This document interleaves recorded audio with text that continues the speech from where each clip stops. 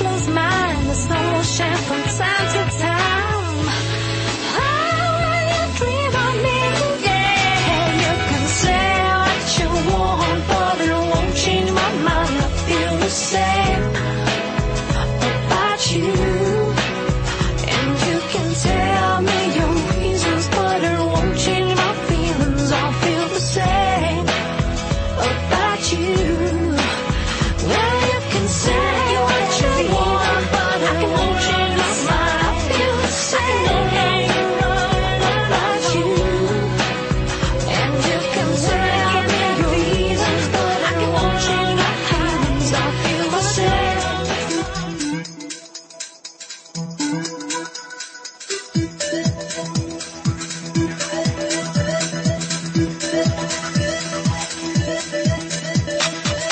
This is Rebecca Jernigan, your tour guide into discoveries, coming to you live from the heart of America to around the globe via the World Wide Web, satellite, and podcast. Let's journey together into the realms of the known to the unknown in search of enlightenment, knowledge, and truth.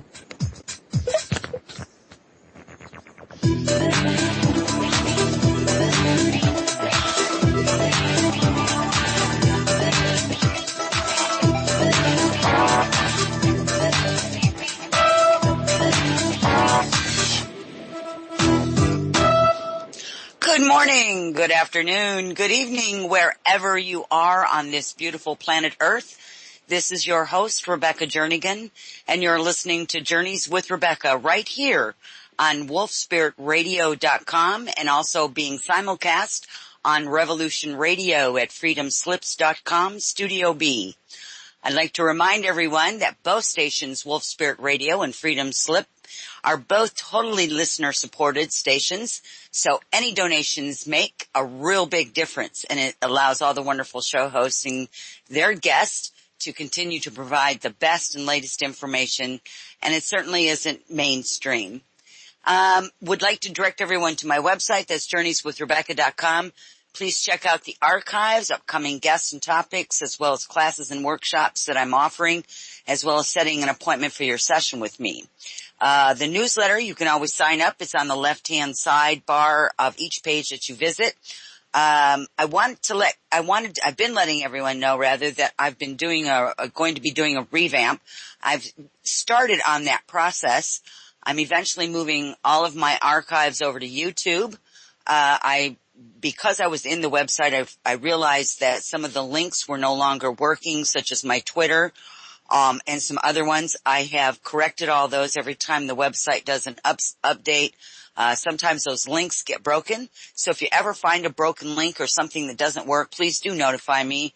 I've put my contact information up there, several email addresses, as well as my Skype ID for anyone who wants to get a hold of me. Lots of changes coming on the website and some real exciting things going on there. So, please do check it out. For tonight, we have, besides JP, my wonderful producer, we also have Tobias that is joining us, and my guest, Sarada. Let me tell you a little bit about my guest. Her book, that she's written is called Home at Last, A Journey Towards Higher Consciousness. It's a fantastic book. I have actually been reading it. I've had it for a couple of weeks and I've been reading it and I've gotten all the way through it. It's a fantastic book. It's about enlightenment, self-realization, truth, oneness, non-dual state, and cosmic consciousness.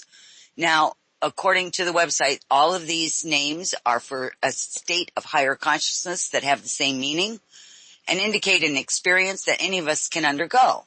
So don't let the spiritual terminology flabbergast you. It's not something that is unthinkable or unreachable or experienced only by those who leave their home to reside in the ashrams, monasteries, or caves. It's very much within everyone's reach, as it is. And the speed and ease with which this transformation can happen varies with each of us because it depends on where you're at in your evolutionary growth. Home at Last explains in detail Sarada's experience of self-realization. I talk a lot about that, so this is going to be a great topic tonight. which was not something that she had pre-planned or researched. She had worked on it for years before it occurred. Instead, it felt as though it was like a preordained, and it was in a sense imposed upon Sarada. It was a journey meant to be completed because it was time to pursue it. The book explains how she has reached that state without relinquishing the life she was given, having a family, a career, an active social life with all the responsibilities inherent in those roles. She fulfilled all the routine duties, even though she moved through the ascending states of consciousness and experienced the highest levels of spiritual fulfillment, along with a deep understanding of life and its purpose. Her goal was to realize the state of cosmic consciousness she felt destined to seek out. It's a fantastic, fantastic book. We're going to get into it and welcome her to the show, but please remember, if you have any questions at all, you please must place those questions in the chat in all caps so we know that there's a question and we can get those answered during the course of the show. So without further ado, I'd like to welcome my guest tonight, Sarada. Welcome to the show. Thank you, Rebecca. Oh, and it's just really wonderful to have you here. Your book, Home at Last. Oh, and by the way, before we forget, Sarada, I am going to place in the chat room so people can have it, the website that they can go to and look at the information on there about the book, about you. They can see pictures of you and do some more research. And also, I think you have links on there to where people can purchase the book, Home at Last, A Journey Towards Higher Consciousness. Yes, beautiful. I mean, I tell you what happens usually, Sarada, somebody comes on and I always say, well, now how did you get started in this? But however, in your book, you're very clear and explicit, and you go through this entire process, all these years that you've been going through this, and how you started out, and even how much what you were feeling, some of the insecurities, some of the, self-esteem, you were raising your self-esteem, you were raising your consciousness, and all the different levels of, confusion and then understanding. All of that is involved in this book, and it reads like a biography as well as a tool for people to learn from themselves. It's fascinating how you wrote this. It was beautiful. Thank you so much, Rebecca. I appreciate your comments on the book. Well, it really was beautiful. So let's have you begin at the beginning. The audience obviously isn't familiar with you. You've not been on the show before. So let's talk a little bit about your beliefs and how you got really involved with all of this, how it really began for you, because I think they'd be very interested in hearing in your own words, because they can certainly read it in the book, but in your own words, how all of this began for you. Yeah, sure. Like you had read earlier about me when you were talking about what Sarada's book is all about. That not something I've been pre-planning or been researching out or worked on for years before this transformational impact had taken place for me. It's sort of like I was like normal, everyday life, normal individual going through the same process of life, work, family, kids, all the challenges that come about. But suddenly something had taken place. I mean, a quick shift, I would say, like something that I, totally lost interest in what I am doing in my daily life, just even simple things like, being a housewife or being, cooking dinner or any kind of a thing. This did not interest me at all. There's some kind of it's like almost like I was depressed suddenly for some reason, but it's really not a depression. It is something that's going on within me that I had lost interest in total worldly things that are offering to me, the world in general, what we like in general. Everybody, doing things and they're okay with everything, and me, nothing interested me, not at all. So then I said suddenly, what the heck is going on? I went through that. It's called, they call it later on, I found out it's called a renunciation. It's sort of like losing anything that the world has to offer you, desires, attachments, or any kind of things that you were happy with before, it no longer really phases you anymore. It's sort of down the dumps for a while. That's what went on for several months before I can even figure it out. What the heck is going on? That's exactly what's happening.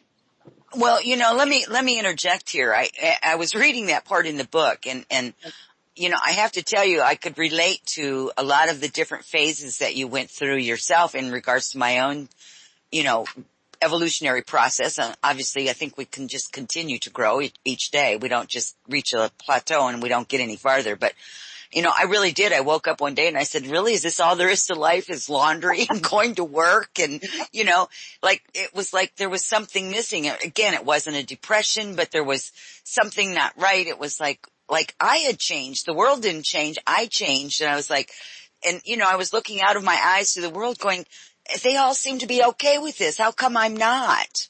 Exactly. How come it doesn't feel right for me anymore? So I think that, when I heard that or read that in the book, I was like, oh my gosh, there's so many people out there that have went through the same things, and then we go through these guilt feelings, and we go through all this, in my depression, I go see a doctor. Should I, what should I do? And so I thought that was, you just hit home on so many levels. So I didn't want to interrupt you, but I did want to interject that it really was, it was something that I could actually associate with was many, many points in your book. Yeah, it's like a radical shift in perception, that takes place regarding the way we view life in general, the way we used to see life in general before and now with the shift being taken place, like it's an inner transformation where our perception of life changes totally, all of a sudden. That's what happened to me actually. Like you start thinking about all these things. Well, what is life all about? Why am I here? What is this? Oh, we go through these things, constantly, family, kids, getting old and old age. I mean, you start thinking about weirdest things all of a sudden. Like, you want to know. I mean, I guess that's what took place in my life, all of a sudden. And that's really strange for a while. And I dealt with it for actually a year, maybe almost, before I decided, okay, there's something really going on within me. And then I had to pursue, much, sincerely. And then I started doing Reiki for a while, because there was this incident with my husband had a heart attack during this period as well. And then I wanted to know what I can do other than the modern medicines that people really depend on, normal route. They gotta be something beyond the bow, that really cures and helps humans, with some kind of a divine energy or something like that. So the Reiki interested me, and I started learning how to heal people with that. And that later in turn took me to meditation. That's how I got into doing meditation and learning how to do meditation by itself. I didn't really have a teacher, nor did I have planned on learning meditation, how to do meditation, or was I searching or looking deeply to get a teacher to teach me how to meditate. It's sort of like one thing at a time, took place all by itself. That's the most interesting thing that had happened, one thing after another doing, and then how I became a meditator eventually, and how I started meditating on my own. And there again, there's some correlation. I did mine just a little backwards. I learned how to meditate first, and then I was introduced to Reiki after that. Uh-huh. And that's when, and I went on and then I became like this perpetual student for about 10 years of every divine healing, technique there was, and, crystal healing and, energy work, anything to do with all of that. And it was all part and parcel for me. And, the Reiki was really, and it still is, it's just a huge part of my life, and I absolutely adore it. And, I tell people all the time, if it's something that you have access to and you have not experienced it, if nothing else, go get a session with somebody. If, you like it and you can feel it, you can enjoy it, you can see the benefits for yourself, then certainly I would suggest people, if they can afford it, if they can find a good teacher, to certainly get involved in it themselves. It really does help. Oh yeah, we could heal a lot of these minor problems we always go through, headaches, stomachache, this, that, issues if you know how to do Reiki with yourself. And it really does help you, that energy, cosmic energy. It's nothing but the divine energy that's really healing you. Mm-hmm.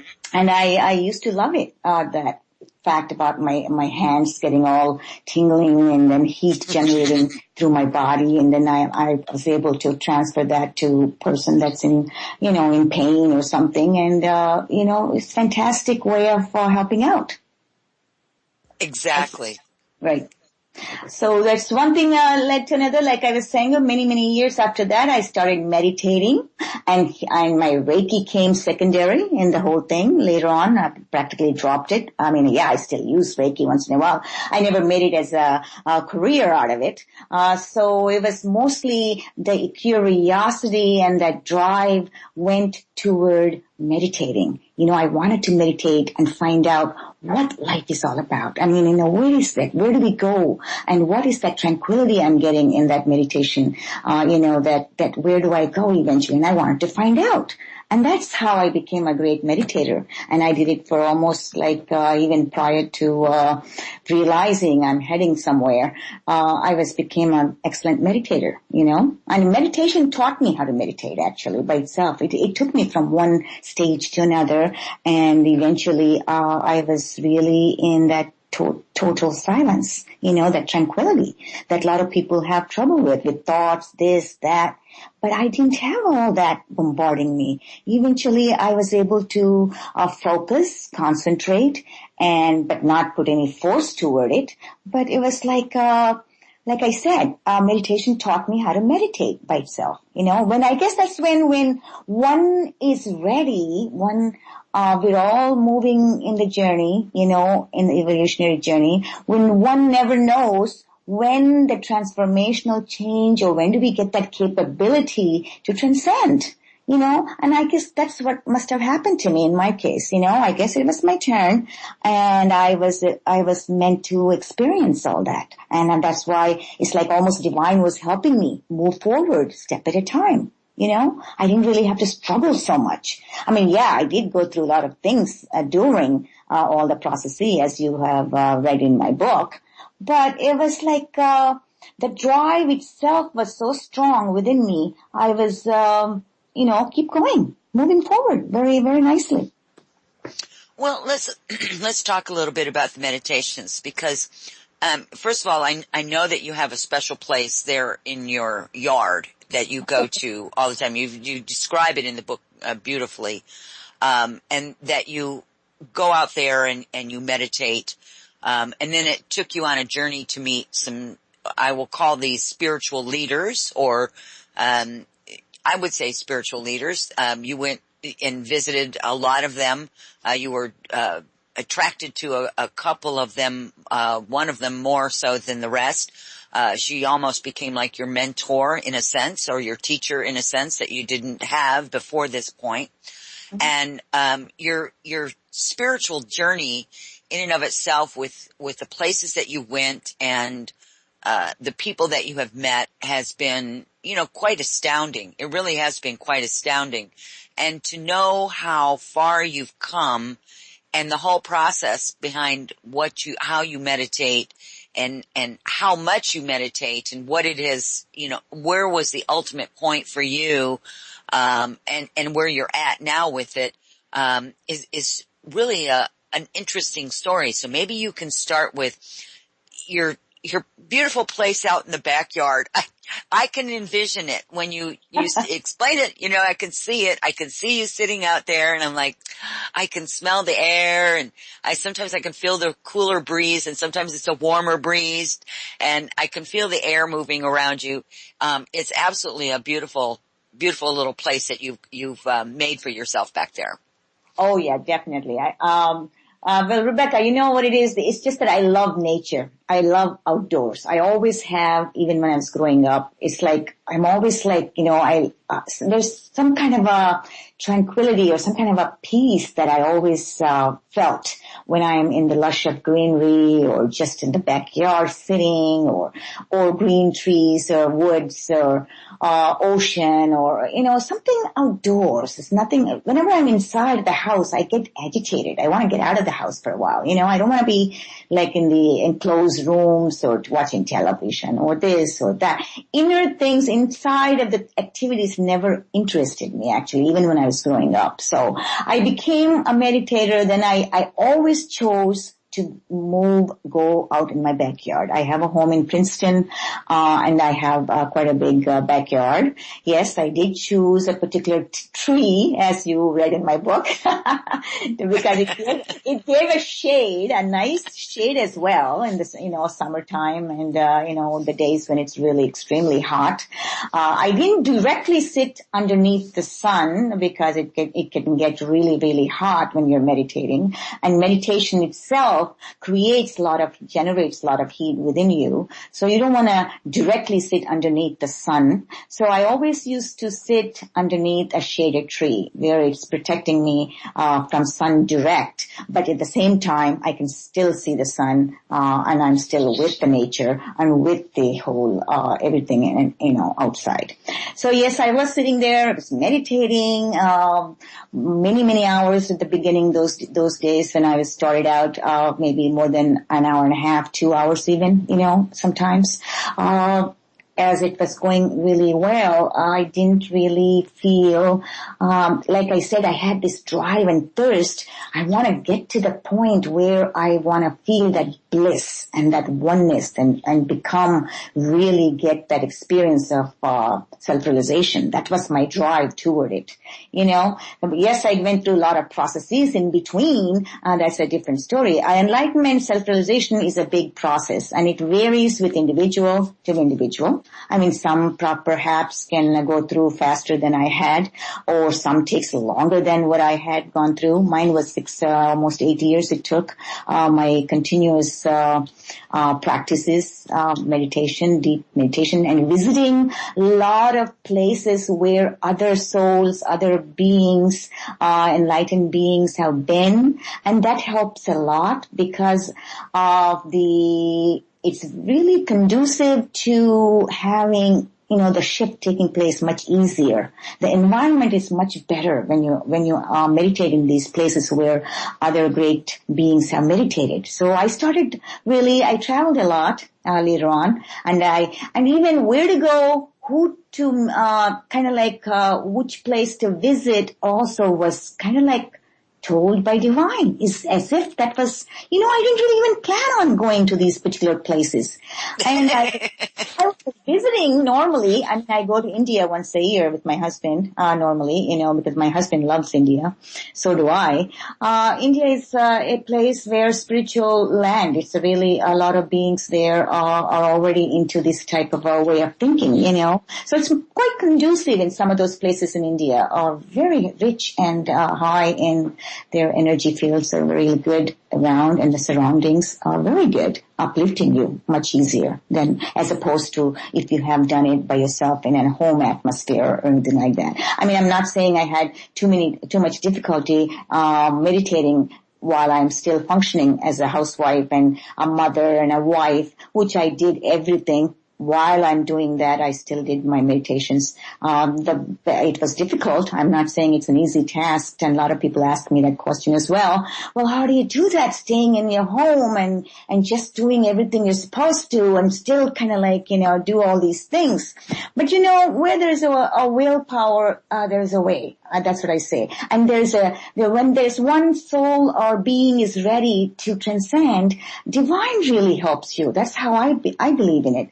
It's nothing like impossible. I used to get everything done, what I'm supposed to do, cooking, cleaning, whatever, and feeding my husband, I never ignored anyone, and then go away anywhere, so I can take care of this task of mine or what's given, to be continued.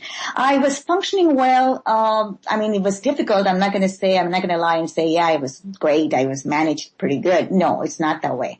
It was very difficult, believe me. It was difficult, but I didn't let anybody know it was very difficult. That's the best part. Because, letting people, getting all irritated and, I'm letting them know that I am in this thing that I want to just get away and meditate. It's not a good thing to do to your husband or to your kids or to whoever you're staying with around you. Don't make them uncomfortable. Try to deal with the situation. You chose to be in this scenario, a setting, and Divine had asked you while you're still in the setting. Yes, you can still climb up, go further into a higher dimension of life, So that's what it is. That's the story. Actually, my book is all about that. An individual can live and do anything they're doing and function well in the realm of being a housewife or working person and doing this, doing that. Take care of your plate, what's given in your plate first. Function well with what you're doing, what is being given to you. And don't ignore that and then go away to some kind of a place to get into enlightenment. That doesn't work that way. Then we're being selfish, really. That's how I used to feel, So I stayed exactly where I was, to be honest. I was exactly where I was, doing everything what I'm supposed to do, and then still meditated on my own time. I used to stay up sometimes until 2 o'clock in the morning. You know what? My time is my time. I can give up my amount of sleep I need to get. And I never slept without meditating. I never woke up in the morning without meditating. That's how drive was so strong those days. I think this is a good place to kind of expound on that. I think and I've run across the people through the years, some of my clients, Sarada, that when they reach a point of they're right on that precipice of, breaking free and getting open into their own state of enlightenment, their evolutionary process is coming forward, and they're right on the brink of it. Because they've been where you and I have been and numerous other people before us and certainly after us, where, you look out of the world one day and you go, what am I doing here? This, doesn't seem to be of any importance. I've got to, doing laundry and all that, but it is important because it's part of the life that you chose. Right. And a lot of times people think that they look at their lives and they think, well, I just need to run away from it because I have to go and become this, transcend and become this enlightened being. And, none of this really makes any sense, but it does make sense because we're all here. We're all spiritual beings having a human experience. So the human experience is the agreement that we have is to experience life as a human being, which includes doing laundry, scrubbing floors, grocery shopping, all of those things, right? And then some, right? Or becoming, or just a housewife or somebody that not just a housewife or, a physicist or whatever the case may be. Right. So I think it's really good to hear it from other people, that their lives, they don't get interrupted. It's actually an accent to what they're doing. It's a helpful thing to their life. It gives their life purpose and meaning. They just have to get past that first hump that we all have to go through going, doing laundry is just not important. It just doesn't hold any interest for me. I still want to do it until you don't have any clean clothes to wear, right? Well, I think it's now I see a lot of them, actually, during my time when I was really doing all this and attending some retreats as well, those days, I see a lot of these people have the thirst and have the interest, but they all felt as if they needed to leave their homes and lives that were given to them and go away somewhere, and that's the mindset they were with.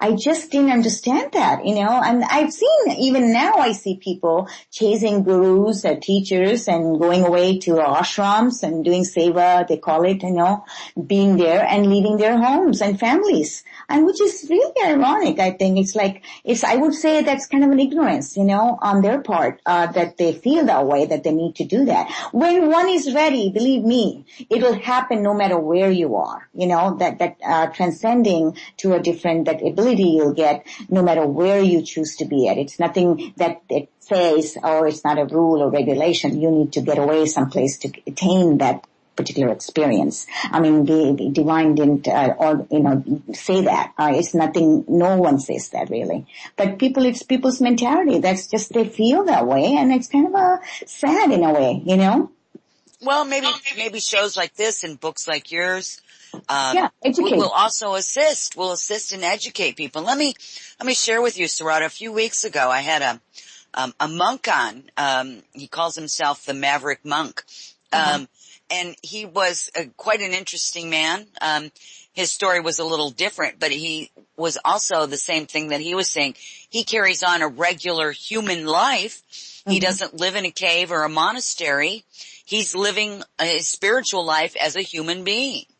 And, he talks about the kind of the ways that we were just talking about, the things that, he had to balance, he had to figure it out. So, this is just, kind of confirmation again for people out there that, learning, something that you are following, something that you really want to learn more about, which is, in this case, meditation, and following that course of enlightenment and evolutionary process doesn't mean you have to give up everything. It does mean that there's a shift in your perspective, but give it time to set with you until you can find something, find what you're looking for to get on that path, because that perception will change yet again, and it brings you right back to where you started, which is, hey, being a human being is okay. This is what it's really about. Yeah, it's like living, everybody seems to think that, okay, I want to get this enlightenment experience. I want to get this, I want to self-realize myself. Yeah, that's fine. That's the purpose of life eventually for every human. It's not a property of one. It's for everyone. That's what I emphasize in my book as well. Eventually it'll happen and you'll experience that. But don't make it like a commodity and push yourself and sort of strive and struggle toward it and ruining what's given in your plate. That's what is happening. You're like, and then you'll only end up in frustration, or you'll be saying, God, I've been doing this for so many years, meditating X amount of years. I haven't gotten anywhere. The thoughts are still bombarding me and I'm not improving. I'm not moving forward. There must be a reason for all that you're not moving forward. There gotta be a reason. That's why I say to everyone, hey, listen, there's a time everyone will transcend. So don't try to push it. Do what you normally are doing and excel in that. And that's what all these gurus and teachers are here to tell us. Why do we need to get self-realized? Yes, it's the purpose of life, but at the same time, you get that highest potential to function well what's given in your plate. And you are doing much better after that, and you are doing much, the clarity of thinking is much better, the intuition is much better.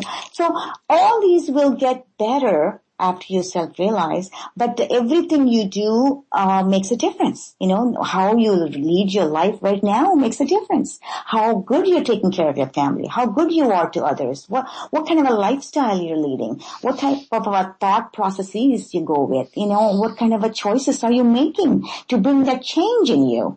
That's all matters. So let's focus on those, is what I say. And that's what I emphasize in my book. You do, and it's really well written, as I said before.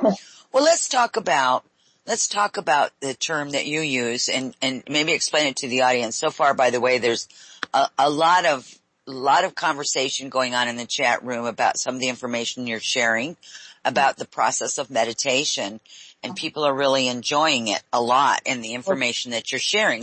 I just want to give you some feedback there. Great. Love it. And I've stated before that meditation, when you get into that meditative state, I'm not sure if you realize, but Time magazine, you're familiar with them. They've been around forever. Mm-hmm. They've actually run 13 cover stories on the science and the health reasons for meditation. Mm-hmm. From a scientific and from a medical standpoint. In your book, you talk about, not only do you talk about it helps with the blood pressure, but it also helps with a lot of other things. I know when I sit down and take those first breaths in and out, when I get into that meditative state and take those, I literally can feel my body come into a harmonic balance. It feels lighter and it feels balanced, and whatever agitation or edginess or achiness or whatever it is, that they're no longer existent just with those few first breaths when I even just begin to enter.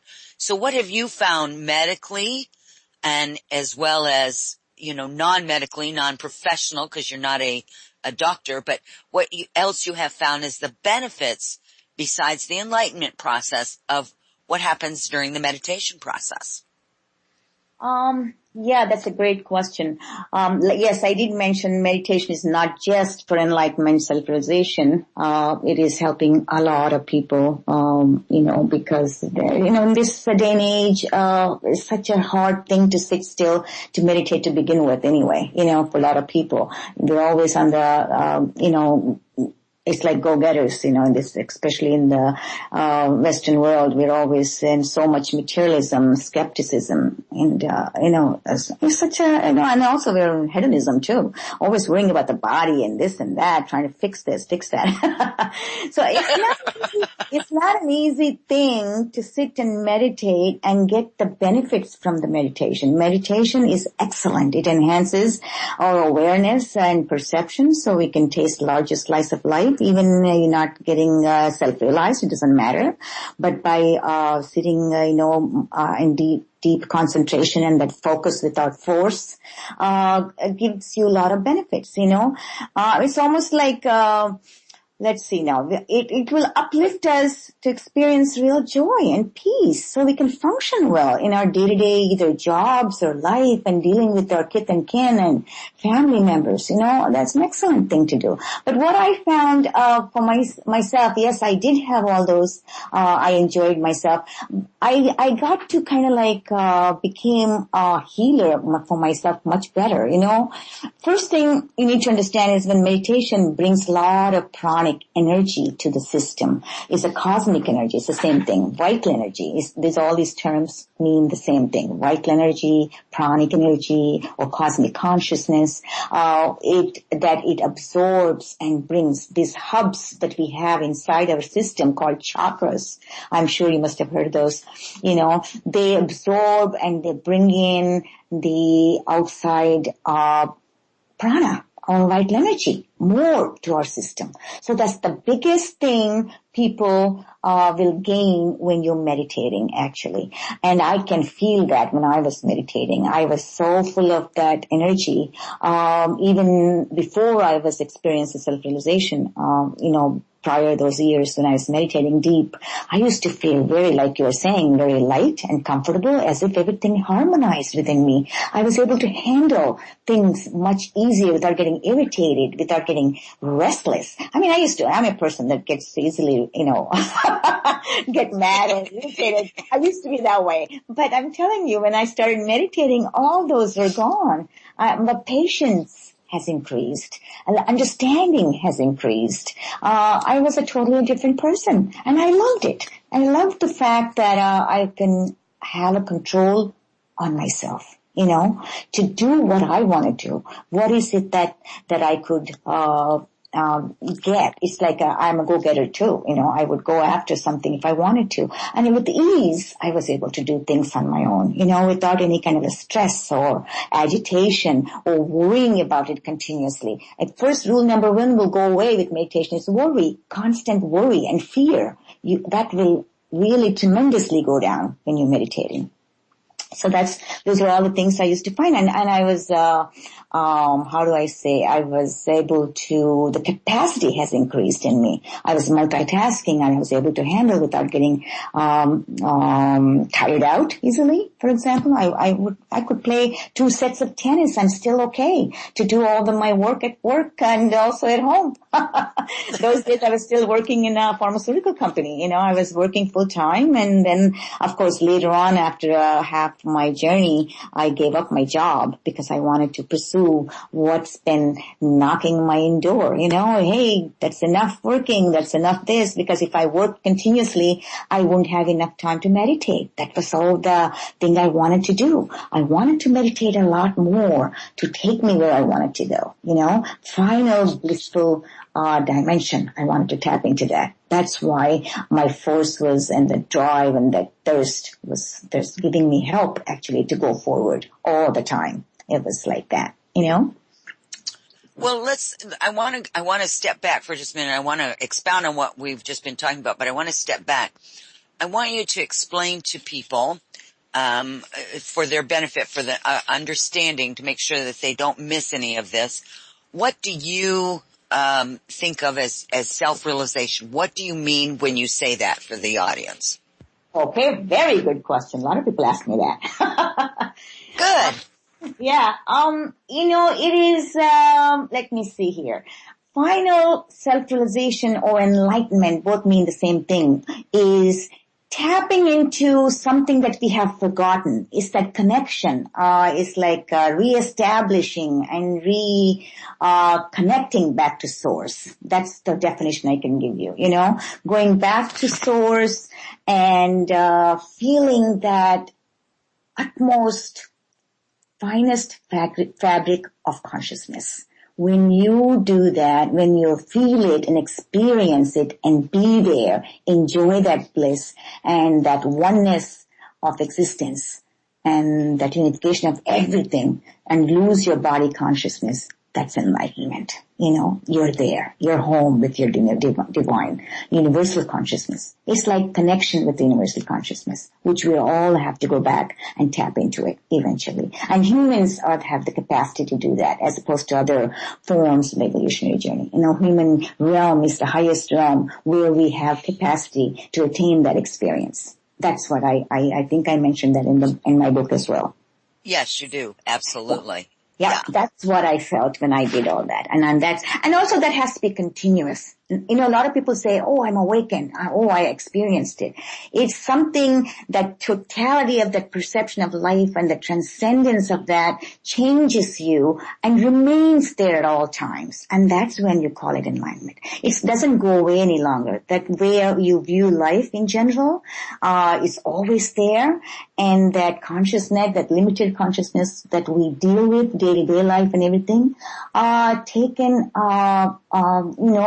move to that, permanently altered perception of life. That's when you're home.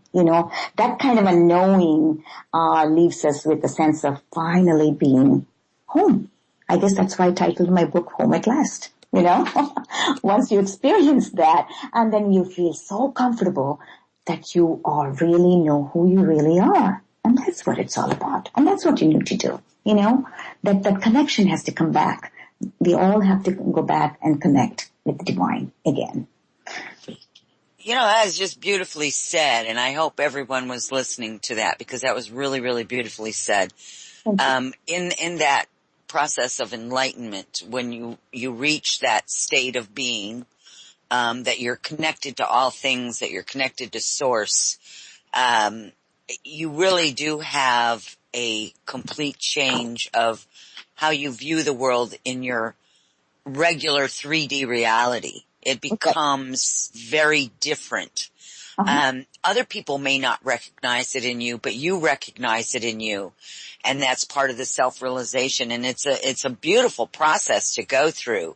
Yes. For some it takes a lot longer. For others it takes a lot shorter. There is no time frame that says, well, you have to do this for 40 years for 10 hours a day, or you have to do it for 4 hours one day, and you've reached your enlightenment. It's an individual journey, and it's the journey itself when you reach that level that it is, for me, it felt like I was safe. Mm-hmm. Yeah. Because I had touched that. I had felt that. I had witnessed that. I had experienced that. I owned it. And I was like, It's all okay. Yeah. This really is okay. You don't need any other validation, you can feel it. And that's what it is about, You don't need other people to see you or say recognize you. Your personality doesn't change, or it's that transformational impact itself radiates out. normal, and, you can tell sometimes and you don't have to tell sometimes. It doesn't matter. You know it. You have experienced it. When you reclaimed it and reestablished your connection with the source, it's all a different way of being. It's a knowing all that and that transformational change had happened to you and living in this world, as opposed to not knowing, not reconnecting back to the source, is entirely different story of being and living in this world, in this materialistic world. You'll know that later, right? Absolutely, you do. So let me ask you, during your journey, you are a wife and you are a mother. How did that transpire in your household? How did you transform when you transformed? What changes occurred in your family life that was to the benefit of your experience as a wife and a mother?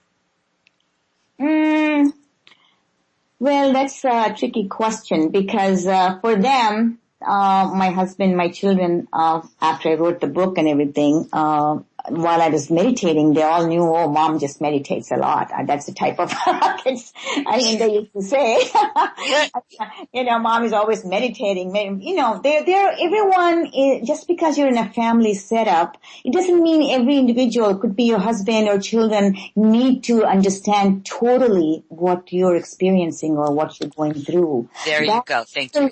Will come clear cut for those other members in your family, believe me. But they will have an appreciation that you went through that. Like my husband does. He acknowledges the fact that I've been through that experience and he's aware of it, but though he didn't actually experience it himself. He's a very knowledgeable man and he's a very individual that reads a lot about all these things, and so he can kind of relate to that. So he's very appreciative and he's very respectful, and he used to kind of give me my freedom to meditate. You know how some family members will not there's some problems when you have to meditate too, because other people have to be sort of let you do certain things with ease. Otherwise, there'll be a lot of issues come about. And in my case, never that happened. I was always comfortable in what I was doing, and I had a lot of support from my husband, and my children were grown up already by the time I went through this process. So they were in their own journey, working and out of their college and going about in their own way of being, which I never imposed, nor did they impose their way of judgment or view on me, except appreciation. Oh, my mom meditates a lot, and she is really a deep meditator. And things like that my kids would say to their friends or themselves. They would understand. They never totally understood they may not totally understand what is enlightenment or self-realization is, but that's okay, So we're all in that way of thinking, and I'm functioning now with much better. With me, I'm full of energy with that inner energy awakening, and it's like you have twice as much vital energy in you. By the way, when you are trying to move toward that oneness or the experience of enlightenment, your inner energy wakes up in the process. When it wakes up is when one soul is ready to go back and reconnect with the source. That's the only time it will wake up by itself. And there's another chapter I wrote in my book, problems you may face in the body, the physical, or in your nervous system, and this and that. There's some issues come about, but I dealt with them all.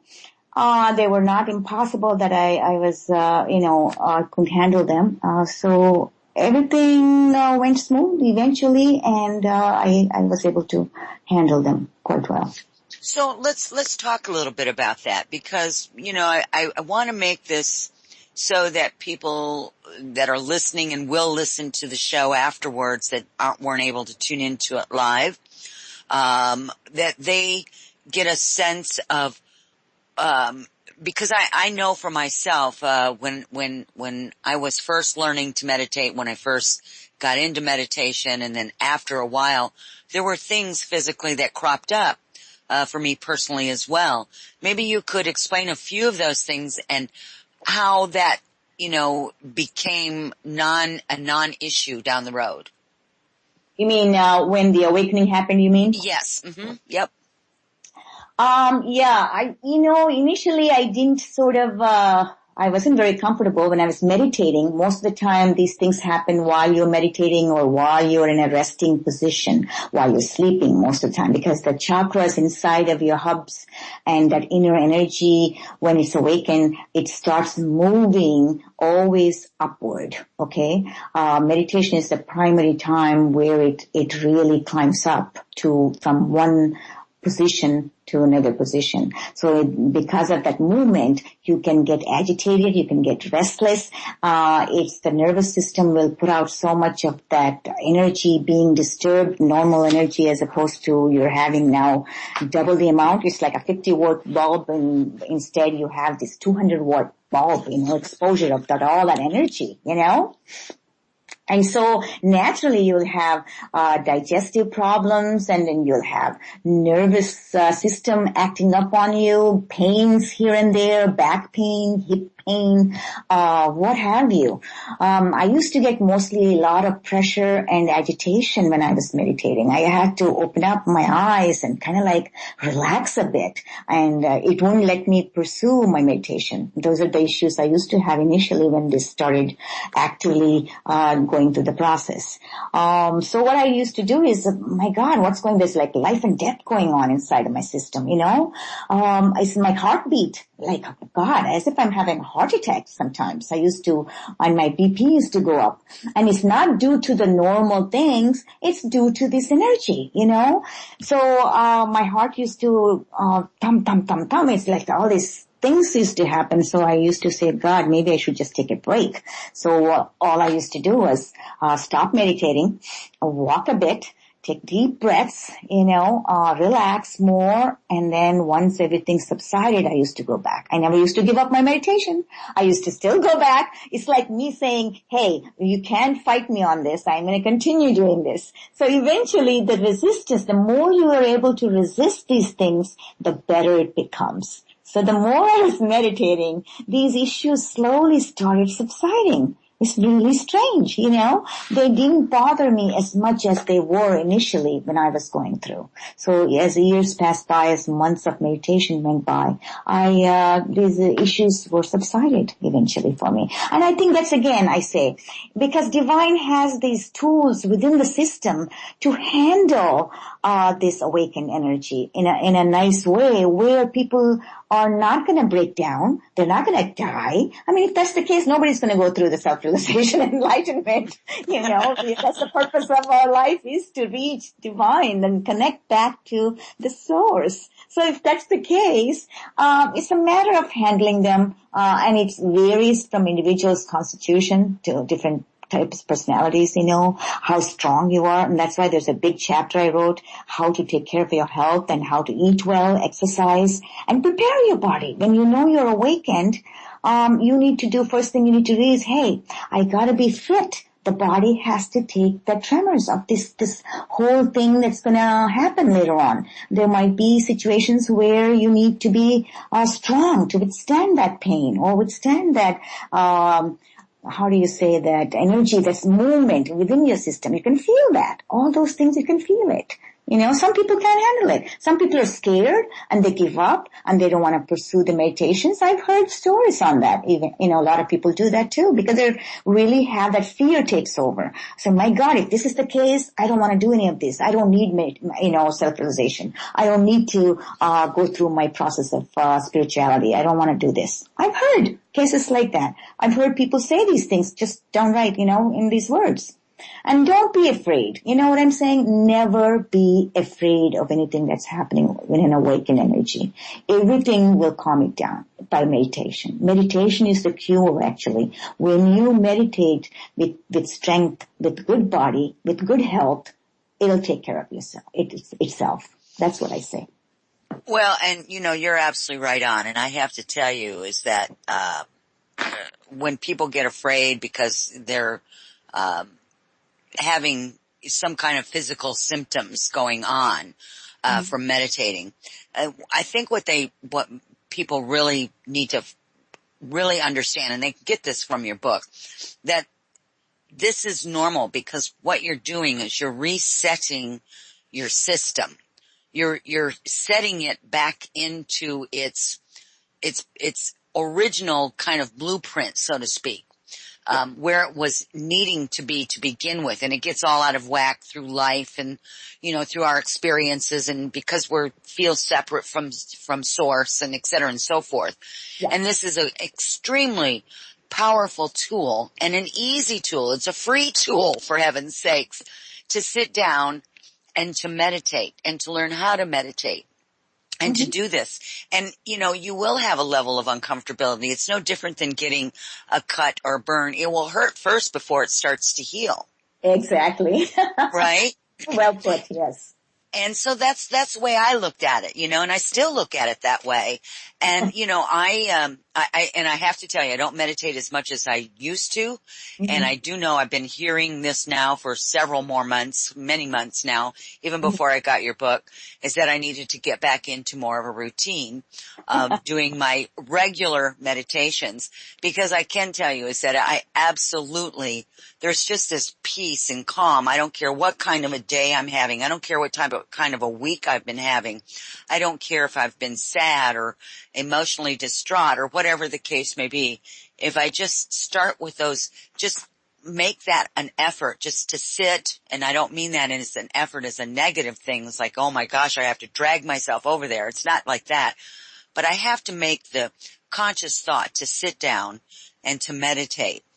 And it's almost as if the body is on this automatic response going, oh, she's going to meditate. And I'm almost in that state of meditation before I even sit down and start meditating.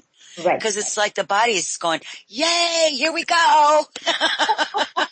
Yeah. It becomes like, habitual after a while, actually. It invites you to meditate calmly, sit down and close gently your eyes and try to focus. And it's like a soothing effect it has after a while. You feel really, you're not struggling, you're not hesitating, you're no longer, putting off, to do meditation. It's very, friendly type of thingy that you want to do that, Absolutely. And now here's the music for the break, everyone.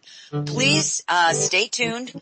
Don't go away. We're going to be back with more of Sarada and her book, Home at Last, A Journey Towards Higher Consciousness, after the break. Please stay with us. Welcome back, everyone. You are listening to Journeys with Rebecca, and we have got a fabulous guest on tonight. Her name is Sarada, Home at Last. One of the things that I forgot to mention at the beginning of the show, and I want to take this opportunity now, because it has a twofold purpose, is next week my guest, is really not a guest, he's actually setting him up to be my co-host here, is Tobias. And next week it's going to be an all questions show. So we hope that you will join us next week at 7 p.m. Central Time, when Tobias and myself will be live on the air again, and you can ask your questions of him or I, and we'll have a few little topics too that we'll be discussing as well during the course of the show. So that's something that you guys I think are really we're gonna have a lot of fun with it, and I know you guys will too. And speaking of Tobias, Tobias is going to he has a couple of questions and would like to converse here with you, Sarada. He's got some questions for you for tonight. So I want to welcome Tobias on air and Sarada back to the show. Welcome to both of you. Thank you. Thank you. Thank you, Rebecca. Hey, I'm looking forward to next week. That's going to be a lot of fun. And Sarada, wow, it's great to talk with you. I'm really curious because you've got so much experience with your meditations and everything that you've experienced. So many people get to the point in their meditational practices where they almost get to a point in their head where they zen out, sort of, so to speak, where they get very comfortable and they learn to, slow down the thoughts going through their head and things like that. And then so many people reach that point, but then they don't know where to go from there. So I think it would be really interesting to sort of hear a little bit of your take about how you started to, instead of just sort of relax, you added to that experience, obviously, and you started to be able to sort of soak in information about different things about your life and your journey. Yeah. So are you asking me like how I kept up with it? You mean until I kind of like experienced the end point? Is that how you? Yeah. Is that your question? Yeah, exactly. Because I mean, right. So instead of just sort of getting to the point where you're so relaxed, it's like before I answer you that, I'm going to make a statement here. I think, like, there's always, in every being, every individual soul, when that, like was talking about it to Rebecca earlier, when the sudden transformational change or ability to transcend totally, will take place only to those that are ready. Readiness in my mind or in my opinion is like, is that particular soul ready and have done it all, experienced it all? Have she or he did things that what's been given to them by divine. Like we all are here for a purpose, right? And it's like a game. It's like a school. Have we finished each class? Have we finished each part of a play? Let's just say, appropriately and fully and satisfaction. Is that everything is done okay? That's when the readiness, when I'm talking about, it's like we're all moving forward in an evolutionary journey. So when one finishes everything in their plate, that's when they'll get that capacity to transcend. And that's when they're able to sit longer time in meditations, or divine himself offers a hand.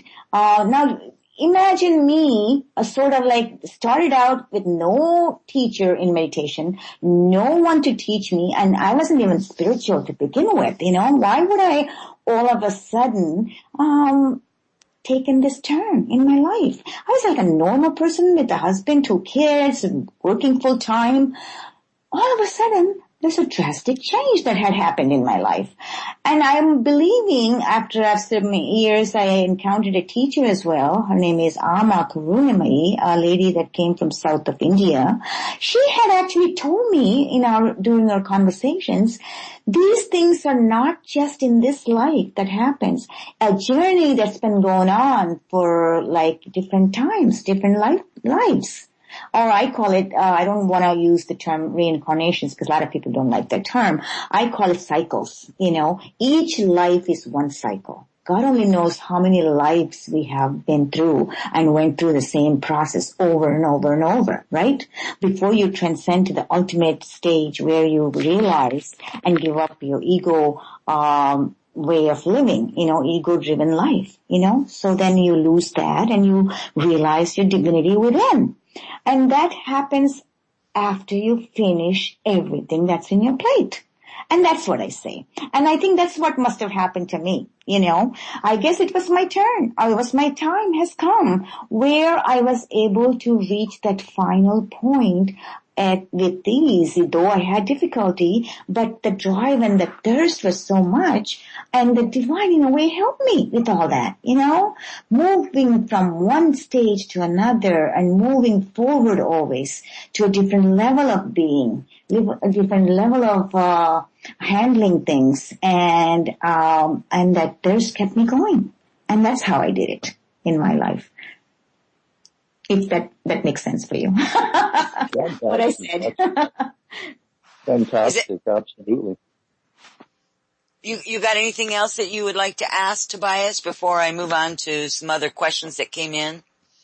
No, I think you go right ahead. Thank you very much for that, Sarada. It's very, very interesting. I'll continue to listen here. Yeah. And Tobias, if you have anything else that you would like to ask or interject, please just let me know, and we can open up your mic and we can go from there. That'd be perfect. Thank you. So, thank you, Tobias. What a sweetheart. I just love him. Sarada, I have a question here from the audience. Sure. Do you recommend a certain amount of time for meditation, as in the duration, the length of it? It depends, Rebecca. I mean, it's like, for example, I would say starters that have never been meditated before and learning, then you have to take it easy and go slow with it because a lot of things might happen, agitations, thoughts and this and restlessness and, wanting to get up and you don't want to sit still. There are a lot of problems with meditation in general. If you're not used to it and if you haven't been doing it for a while or if you haven't even started learning how to do meditation, those kind of things. Yes, you sit for quietly, learn to sit for at least 5 minutes, just every day, same time, same place. That will become a habit for you, get all your things done in a day, what you're supposed to do, and give yourself that time for yourself, but choose a spot where you can sit in the same place, same time. And that way it kind of like makes it easy for you to continue each day, and then that it can be prolonging into 5 minutes to 10 minutes, 10 to 15, and so on. And that'll become a habitual thing to meditate, and you'll really start enjoying to meditate.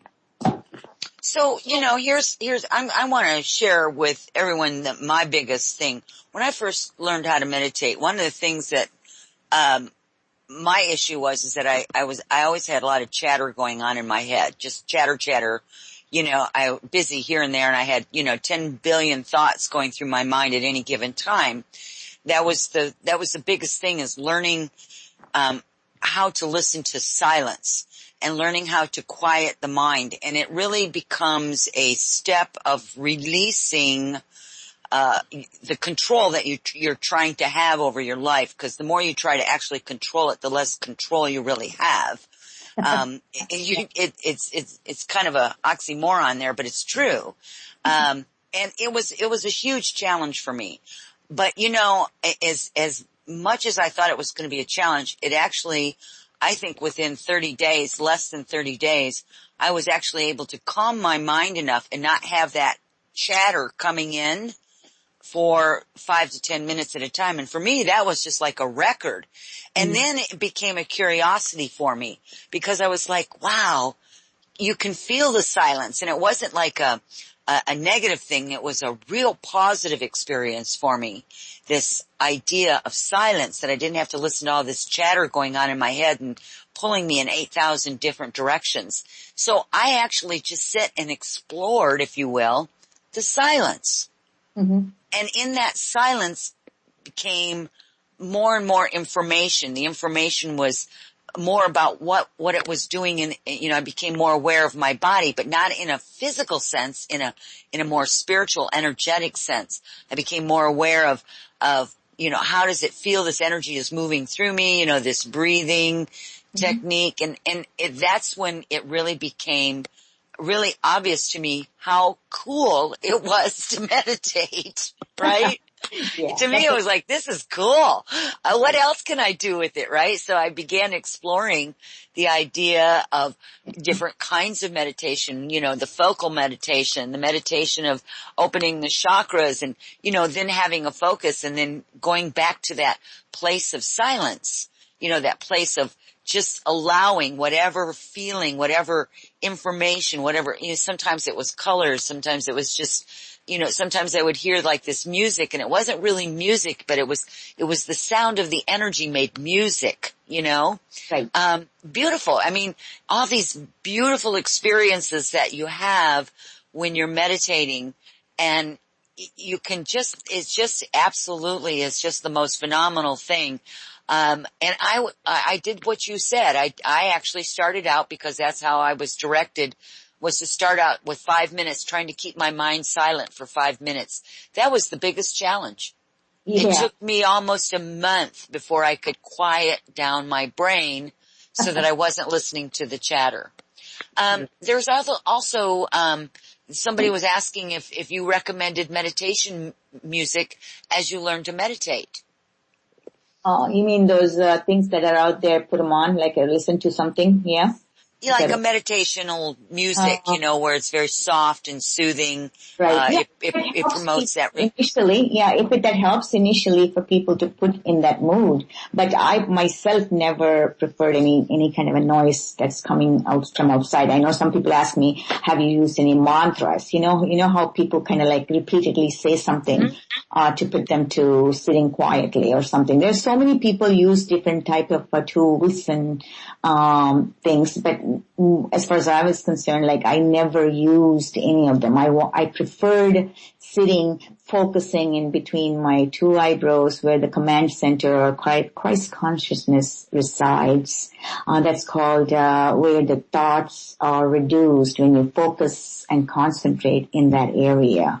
And take a deep breath before you start meditation. Take a couple of deep breaths to subside, like that agitation or restlessness or even, thoughts will subside if you take a couple of deep breaths prior to sitting down for meditation. These are all good tools to use to reduce thoughts that are bombarding you and disturbing you too much. But thoughts in general, as you practice, eventually go away. They're like little kids that bothering you continuously. If you ignore them, if you, like any kid that's bothering you, you ignore it completely, they eventually stop bothering you. That's the same thing with the thoughts.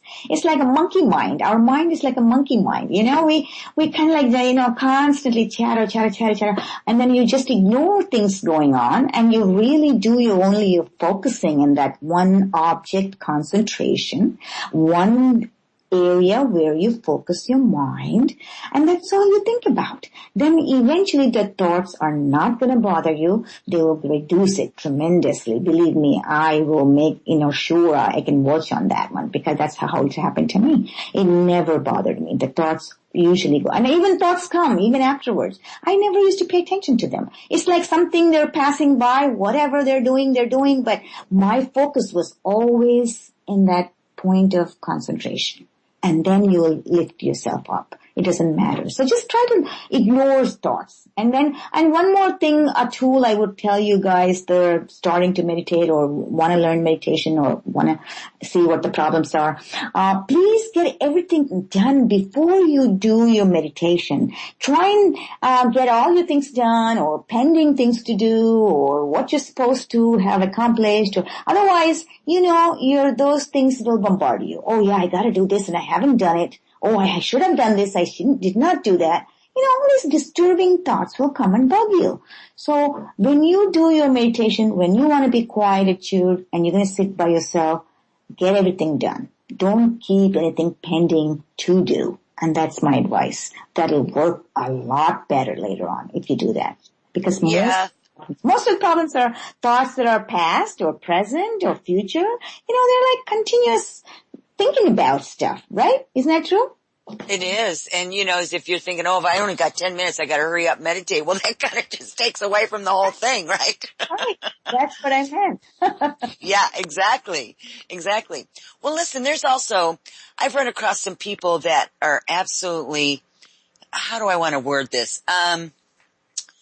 It's almost like they're terrified in a sense to meditate because they feel like that they're maybe losing control or that their world will fall apart because they're not paying attention to it or, some such thing.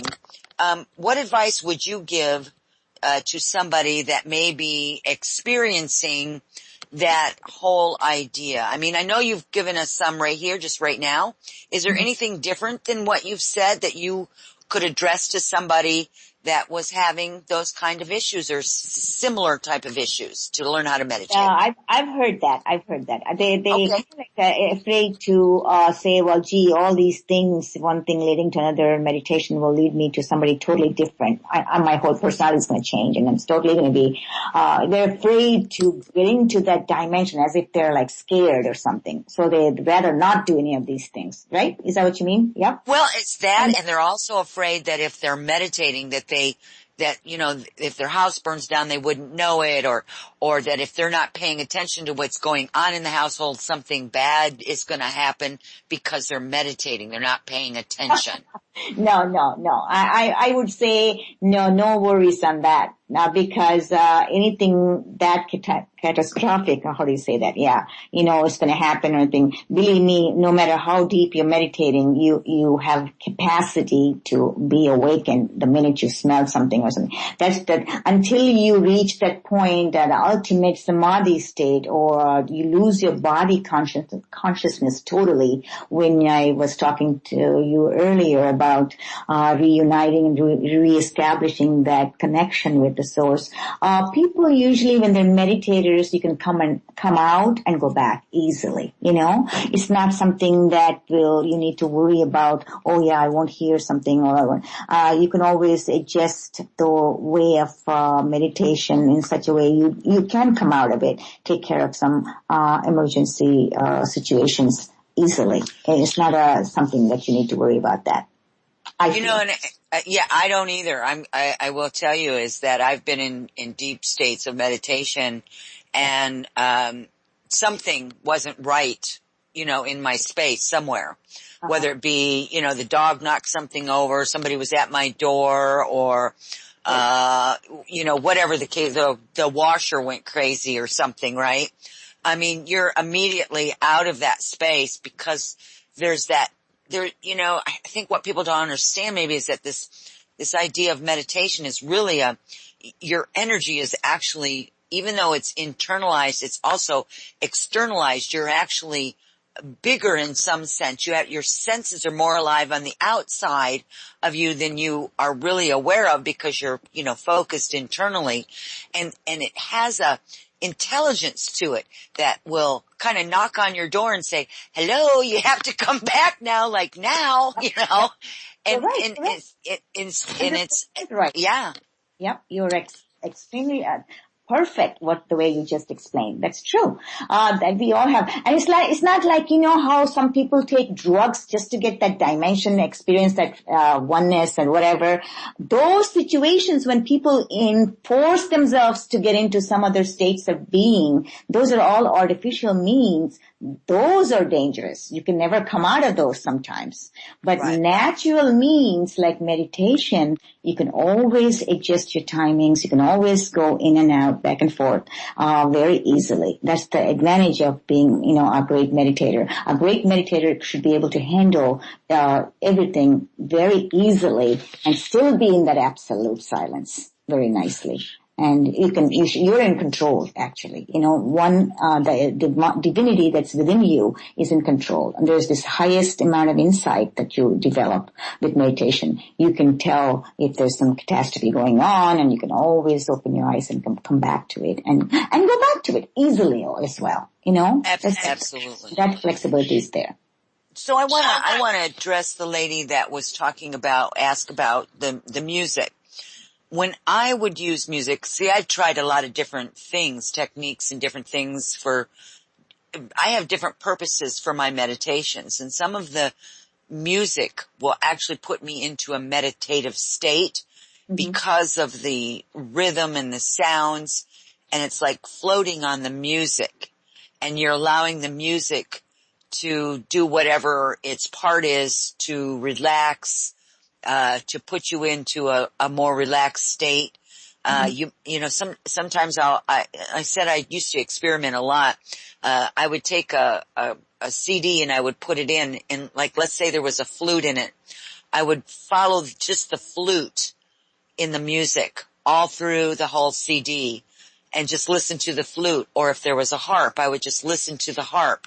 And, it'd be just depending. And it really wasn't for the point really of elevation or evolution of myself, but yet it was more for the idea of allowing that music to fill me, to make me feel this music that this composers and these musicians put together, because it's beautiful. It's just absolutely beautiful.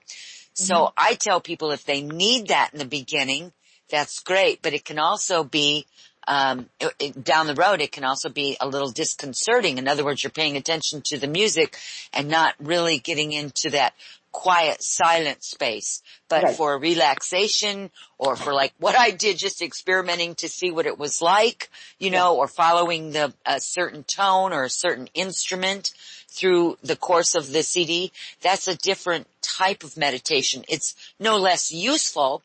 It just doesn't have the same end result as the meditation that you're talking about, which is, moving the Kundalini. And that's something we actually haven't talked about tonight that I'd like to get into, is moving, some people call it reaching the nirvana, moving the Kundalini. There's a lot of different ways of presenting that. And what I would like for you to do, because your definitions of the chakras were slightly different than a lot of the Western outlook on what those chakras are. And if you, the audience most of the audience anyway, is pretty familiar with the chakra system. But I would love for you to maybe speak on the chakras and how that moving that Kundalini through the chakras, because you also talked about a hub, which is not a term that most Westerners use when they're talking about the center of the chakras themselves. Oh, I see. I probably kind of didn't go into detail on those. These chakras that I was referring to when I say hubs, they're in general, they're there for us to function well day to day with limited consciousness, and then and they're here to, they tend to take more and absorb the cosmic source, the cosmic energy from the source, and they slowly, and because we've been with them and we've been we're not realized beings, so we have accumulated, these chakras have been accumulated so many layers and layers of, karmic deeds or things that need to be cleared off from them, these centers, the chakras. So meditation, what it does when one is awakened, that inner energy helps you do that, helps you clean up the mess that we have created ourselves, while we're living in that ego-driven life of ours. We, doing so many wrongs, this, that, and not knowing who we are. Humans in general, we accumulate a lot of negativity, right? So all that negativity got to be released from these chakras, because chakras has to be pure and clean so that they can really travel that inner divinity, inner soul to its destination. And that's where this Kundalini energy, when it's awakened, it will help you. You need that extra Kundalini energy being awakened, so that will help the soul to rejoin and reconnect with the source. And that's all, as simple as that.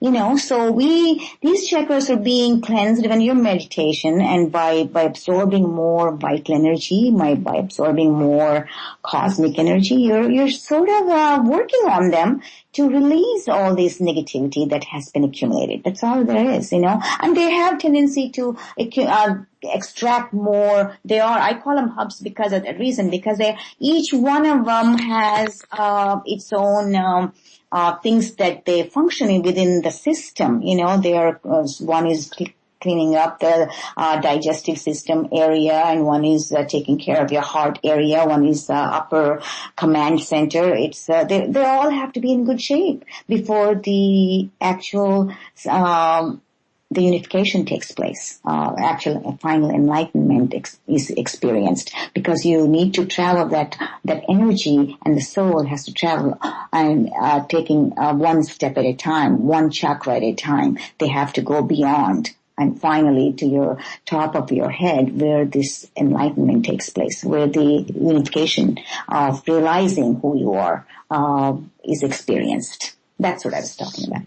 And so, in your book, you were talking about the chakras, and I want to point this out to the audience because it's really important that they're receivers and transmitters. I mean, they're connected to the inner body as well as to the energetic body, which is an etheric body. There's many terms for it.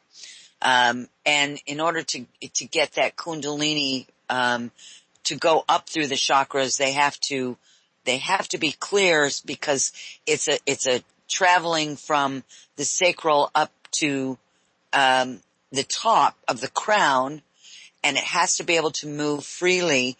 And if there's restrictions there, it kind of can get stuck. So, Exactly. Right. and so you're absolutely right when you said, we have a tenant, I call it the little, if you're familiar with the little comic strip, Peanuts, and, the kid that goes out and he's always getting dirty, right? Pigpen, he goes out and he can be all clean. He steps outside the house and dirt just seems to accumulate. I always looked at that as the visual for like this energetic body. Wherever we're at in public, if there's a lot of negativity around people, you brush up against it. Your auric field brushes up against it. It can, kind of get on you without you even knowing it, especially with your own experiences as well. Arguments, disagreements, whatever else has happened in your life. And if we don't clean that up, it's no different than going in and taking a bath and washing our physical body.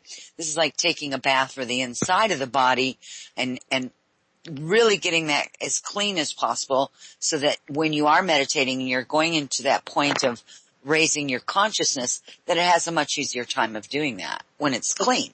Right, exactly. Actually, I don't know if we have a lot of time to go over that, but there's a big chapter 10 in my Home at Last book. I explained what the function of each chakra is and how they get accumulated with stuff and what they represent, each chakras. Some of them, like, for example, the third chakra called Manipura, that's how we pronounce it. It corresponds to the solar plexus, located between the navel and the tip of the breastbone, and associated with pancreas and liver and digestive systems and, etc. So normal functions of or things of these chakras are controlling it to a certain point, unless they're accumulated with negativity, like I was telling you, the junk over from many, many lifetimes or whatever, what have you, or, or in this lifetime. We need to make sure they are all clean. They are all the negativity is removed so that they're free to move about. They're free to bring in that more energy so that soul can move faster to the ultimate point, and receive the cosmic, experience the cosmic consciousness. Absolutely. And that's beautifully said, by the way. Home at Last, A Journey Towards Higher Consciousness. Sarada, tell people how they can get a hold of your book. Okay, go to my webpage. It's homeatlastbysarada.com. You will see everything there. I write some blogs there and everything, and then there's a spot where you can go to Amazon. Amazon has my book, or you could go to White Cloud Press directly from there also, or dial up their distribution center. They will mail you a book right away. Or Amazon is the much easier way. You can even download from Nook and other sources, You can have that. That's much cheaper and hardcover book. $12.50, and they kind of changed their prices in Amazon. Amazon is available, and you can click on it, and you can buy it right away there in my site. Go to my webpage. You will see a lot more information about me. And now I do a lot of blogs, and I have a bunch of interviews I do with the TV stations, different, just like Rebecca's. I do other radio shows and etc. So they're all kind of are there for you to listen on a particular topic. Yeah. And I've been in there looking at your site, and you have a lot of topics and things that you're helping and assisting people with at this time. Really a beautiful service for people. And I have to tell you, your book takes you through a journey, really a life journey for you. It incorporates real life. I mean, it's not, it's about anybody, anybody's life. You were a mother, you worked, you raised children, you had a husband, you still took care of the house, and yet you still were able to find that, higher consciousness through the idea of meditation and through the practice of meditation and the journey that took you on, and all the, the indecisiveness, the insecurities that, especially we talked about that at the beginning of the show of, one day I woke up and looked out and I was like, what is wrong with the world? I just don't feel like that this is important, right? And I mean, this is real life stuff, and your journey takes it through a real life experience for people. What is some of your most, I know what was her name? Amma? Oh yeah, Amma, Karuna. Okay, wow, I pronounced that correctly. I can't believe that. She comes to you, here to US, and I think she goes to Canada. All these people, different people come here to US. I'm sure you must have heard of a lot of people, uplifting human consciousness. Their role is to uplift human consciousness. How they do is up to them. Each one of them is different.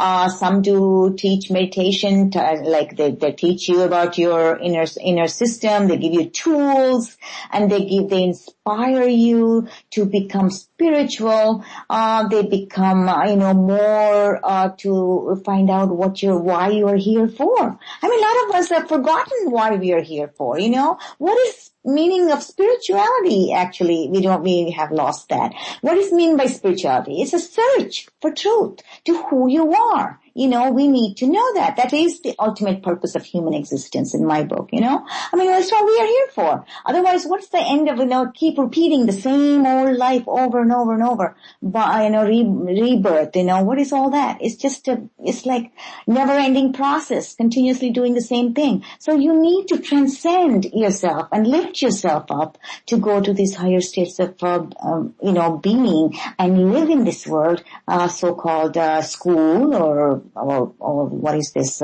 play, whatever life's, intention is, that we function better and we do fulfill everything we're supposed to with full capacity and highest potential. And that's what it's all about. Yes, this lady came to my life, and I did take, her retreats when I was going through the process, but she came in my latter part of my journey, actually. The Amma Karuna, then I consider her, my teacher, my guru, whatever you want to call her. These beings come here for that purpose only, to kind of help us, humans, to lift ourselves up and get better, come on, guys. So, I happen to resonate with this one individual that's been, doing some, discourses and, doing, traveling, each state in US. I met her here in New Jersey, Philadelphia, and I went and saw her on those days, to ask her, and explain to her and, discuss my situation, that I have been this way and, what is my ultimate point is going to be and how I'm going to be moving forward. And she's been with me all along since then. I've known her now past 10 years, and, she becomes my mentor or guru or teacher, and, where I used to share my most inner, questions, which I never shared with my own husband nor my family members. So they become your, almost the best, messengers for divine, almost like you can tell them anything you want, and they know what's going on. They have this capacity to identify which soul is ready to transcend. And these people, some of them are really great in that. And, that's who I was with. Wow, you just said a whole mouthful there, and what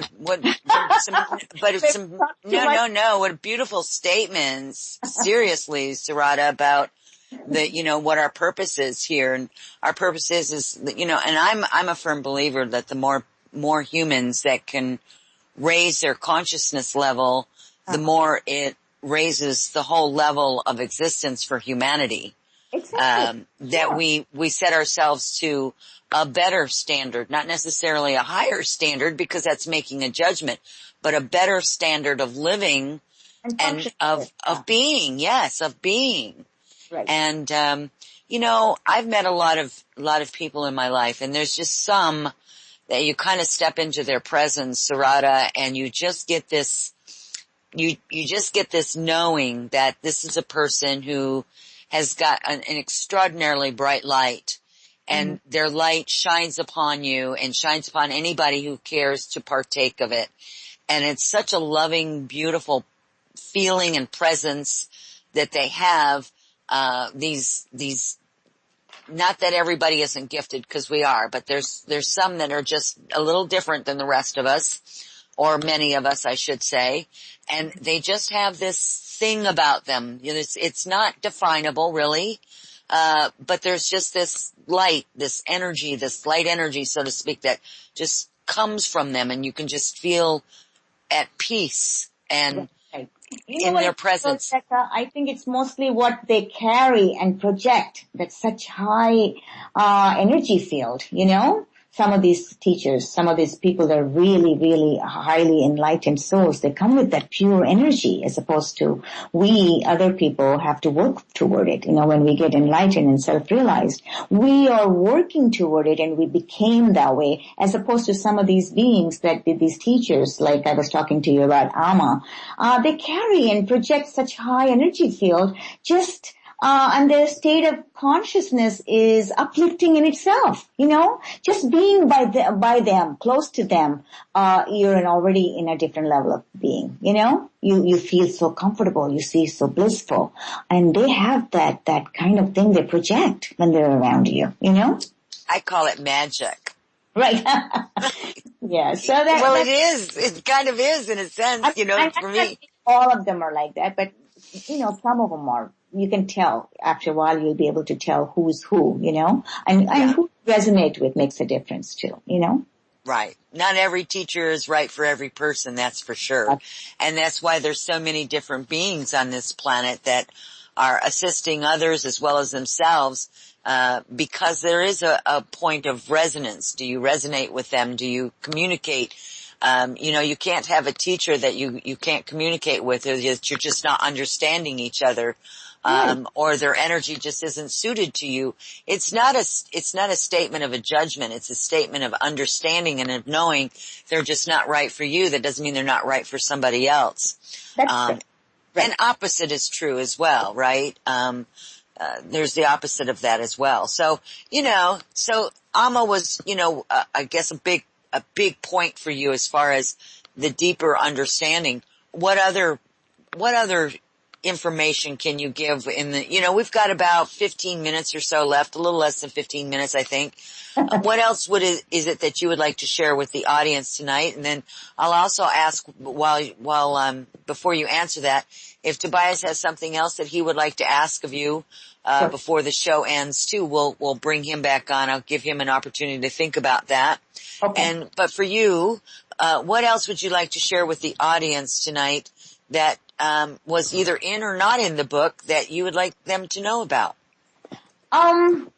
One thing I do want to emphasize, since we're at the topic of teachers, these teachers are there, but I would like my audience to know that, believe me, the teachers are not going to give you enlightenment. They don't give you self-realization. You do that all by yourself. You do the hard work. They're here to guide you. They're here to give you the tools. They're here to inspire you, you know, from what's right to what's wrong and things like that. They give you. So take what they're giving you and use them appropriately and grow yourself, you know, and then do everything yourself, because the capacity is within you to go forward. It's not something that somebody's going to just go, because I know a lot of people in this day and age, I've seen it and I still look at it. A lot of people, you know, even today, they chase these gurus thinking, well, they're going to give them enlightenment, or they're going to make their lives all better already, all of a sudden, from having some kind of issues in the family, you know, situation or anything. And that's a wrong way of thinking. That's kind of a myth. You know, please don't chase people, and take what you can. It's just like, you know, we have coaches and we have teachers for other things. We have these beings for a life, you know, that to lift us up and to become aware of, from ego-driven life to become self-realized beings, so we can function better in this world. That's all there is to it, you know, that there is the matter. So that's very important to know. Well, yeah, and you know, I just want to add here is that, you know, I call these the groupies, you know. And it is, there's these groupies, and groupies are not just associated with, you know, spiritual people, but they're associated with, they associate themselves if they hang around whatever that is. I don't care whether it's a rock star, if it's a poet or, you know, a spiritual guru or teacher, that somehow if they're hang around them, that it's going to rub off on them or something, you know. I'm not, so they don't really think about themselves, as they only think about the person that they're hanging around with. And I'd like them to think about themselves, because you yourself, like you said, have to do the work. Tobias, I'm sorry, were you going to say something and I interrupted you? No, not at all, unless you heard me in your head, because I did. I heard you. Okay.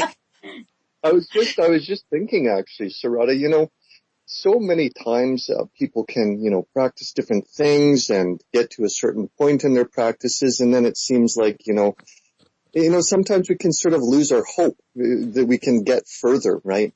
And with your experiences with different people and different gurus and different, you know, beings and things that you've come across, if I were to ask you, what is your one message of hope? If people get to a point like that, what would you say? What is your one message of hope? One message of my hope would be to listen to your inner self always. Don't go after, listening to gurus, or don't keep shopping around for different people thinking that they're going to guide you or something like that. A hope is always within you. That hope that you will reach that destiny or destination where you should be is within you. That insight that keep telling you things, but you're unable to listen to a lot of times. And that's what the problem comes about, So just listen to your inside. Keep in that quietude. Also, you're developing a lot of intuition, by the way. So that intuition will itself tell you what's right, what's not right, who's right, who's not right, what you should be doing with your life, how you should be doing. Everything is been given. These are the tools we each individual human has within us, but we are not able to figure it out, or we are not able to tap into that or use those tools that we have within us. And you get to know that eventually if you're a good meditator or if you're trying any kind of a spiritual practice. Eventually they become much stronger, these intuitive feelings and things like that. That's what I would say. Wow, that's beautiful. Thank you. It mentions that everything that we need to know is already in our back pocket. Yeah, it is. But we're unable to look at it for ourselves, right? Learning how to take it out of the pocket, that's the hard part, right? Could be, yep. That's what is going on right now with a lot of people. Yeah. And I think it's also very confusing. I think this is a very confusing time for people. Because there is so much information out there, and how do they discern what's right for them and what's not right for them? And really it's a question of really that what you called the inner guidance. We all have an inherent antenna, so to speak. Mm-hmm. And we have to get past our own fears or our own lack of self-esteem, lack of self-confidence. We have to get past those issues and really look at, does this feel right or doesn't feel right? And so here's where I've been. There's times when I've made choices in my life and they didn't turn out how I had hoped they had turned out. Were they bad choices? Well, no, to me there are no such thing as bad or good choices. We can make better choices, but you learn something from the choices that you made, and most of the time it's because you didn't listen to that internal voice. But you have to remove your ego, and you have to remove your self-doubt. You have to remove those fears. And really, honestly, meditation is just a very valuable tool to assist many people in doing that. Right. You're right. That's true. Yeah, fears, and we all have all these issues. I mean, you don't think I had all these things, and even today, sometimes I'm one or two times they passed by, but your mind gets stronger, and and better in decision making and choices you make. Everything becomes and makes sense at the end.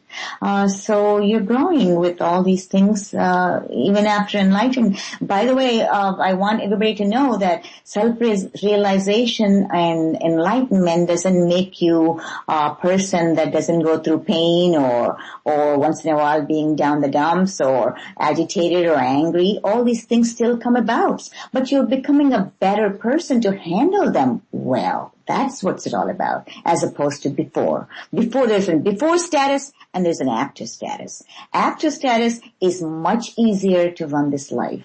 That's what it is. Much easier to control your emotions, much easier to control the things that you don't want them to take over you, like way back when ego-driven time. The ego is in charge then, but no longer the ego is in charge once you're self-realized. You're in charge. Your true nature is in charge. Your true being is in charge. That's why you're a better person now. That extended awareness and that the expanded consciousness makes it all worthwhile to move on in the life and enjoy the life that's given to you. There's nothing wrong with enjoying your life either. You don't have to just become like a monk and sitting in a corner either, wearing saffron clothes and just because you're enlightened. It doesn't mean that at all, by the way. I want to make sure that everybody understands that. A lot of people ask me, well, gee, you're self-realized and you're laughing and you're enjoying and you're being around our crowd. I said, why? Am I supposed to be different things? Am I supposed to be doing differently? And kind of like restrain myself from laughing? No way. On the contrary, it's the opposite. You live your life to the fullest and enjoy the life. That's what it's all about. I just love you saying that. I do. I've had a couple of guests on, but none have said it quite as well as you have.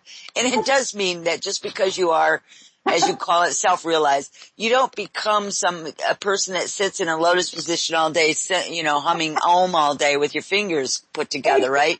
That's not what that means. Right. It does mean exactly what you're saying. As a matter of fact, even today, one of the best things I ever learned is to not make snap decisions until I've actually had the chance to let whatever the decision is kind of sit there. And I tell people, well, let me sit with this and I'll get back with you. Well, what I'm actually saying is I need to meditate on this. I need to go inwards and figure out how do I handle this situation? How do I make this choice or decision? So, I don't wear robes. I know you don't either. I can tell because I've seen you in a dress. Yep. I have seen you in regular street clothes. So. Yes, I do. And I love a glass of wine here and there once in a while. There's nothing wrong with that either. There's nothing like have to be a particular way anymore. You know what I mean? Everything goes as long as, you're in control. That's what it is all about. Absolutely. That's beautiful. I'm so glad you had those last few statements here because I think it really puts it into a perspective for people that, learning how to meditate and getting to that point of, self-realization as you call it. And the whole process in between there doesn't mean that you lose your life. Actually, you gain so much more, because you do gain your confidence. You do gain a sense of belonging. Being at peace. Yes. And just being comfortable and all of those things. It becomes, your life becomes enriched. Yep. And you begin to find people in your life your relationships can get richer because you have a deeper understanding. You have an understanding of yourself and how other people might perceive you. It's just, there's so many benefits. I mean, we could, talk about this for, until the cows come home, so to speak. And, about all the benefits, but it affects every aspect of your life in a very positive way. Yes, exactly. You said it all. That's perfect. Yes, Rebecca, you're right. Oh. Well, thank you for that. Sarada, that's a huge compliment coming from you, my dear. Trust me, it is. It's beautiful. So again, you're so sweet. So before we, let you go here tonight, if you will, once again, I have posted your website, a few times here in the chat room tonight. So people do have that link. And I want to make sure that people know that this is going to be archived and I'll be putting that up on my website. They can also get it here at Wolf Spirit Radio. You'll also be given a link as well, Sarada. But if you will, tell people how to get your book and whatever, if you've got anything else coming up that you would like to direct the attention to people if they'd like to hear more about you or hear more from you, if you have any appearances or anything like that. Definitely. And also there's just one point I forgot to mention. My books, like I said, you can always get hold of it from White Cloud Press, the publisher, also from Amazon and it's in every retail shops as well. It's nationwide. And Barnes and Noble should have it and any other stores as well. But all the proceeds of the book I am giving to my teacher, Ama Karunamai's humanitarian, organization that she, focuses mostly on helping the villagers, rebuilding homes for them. And there's a bunch of problems with the water purification projects that's going on in India and Africa and other areas. People are not even having clean water. There are hospitals for the poor where they can't afford, and she built a bunch of hospitals in India, and she does those. So as she has been my teacher and my guide, I had dedicated my foreword. She wrote a foreword for me in my book as well. What she saw in me when I first appeared in her presence, she wrote a foreword. You can go ahead and read in the book when you purchase the book, or I think the foreword should be in the online as well. And I had dedicated all my proceeds of the book to her organization as well. So I don't take a penny of the money on the purchases of the book proceeds that I get, other than what the publisher gets. Of course, my part of it, I give it to my teacher, all of it. I just want guys to know that. And I meant to bring that up. I read that on your website. I'm so glad you remembered to say that all the profits of your book goes to that wonderful organization, assisting so many great people that really need it. And what a beautiful thing to have done. So bless you for that. And thank you so much for, sharing it's a very poignant, story. So thank you very much, Sarada. Thank you for being here. Tobias, JP, thank you. Thank you all.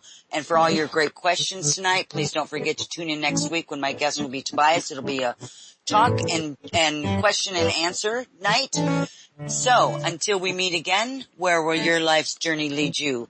Many blessings, everyone, and good night. Thank you, Rebecca. It's been a pleasure being in your show. I love it. Thank you. Good night. Good night.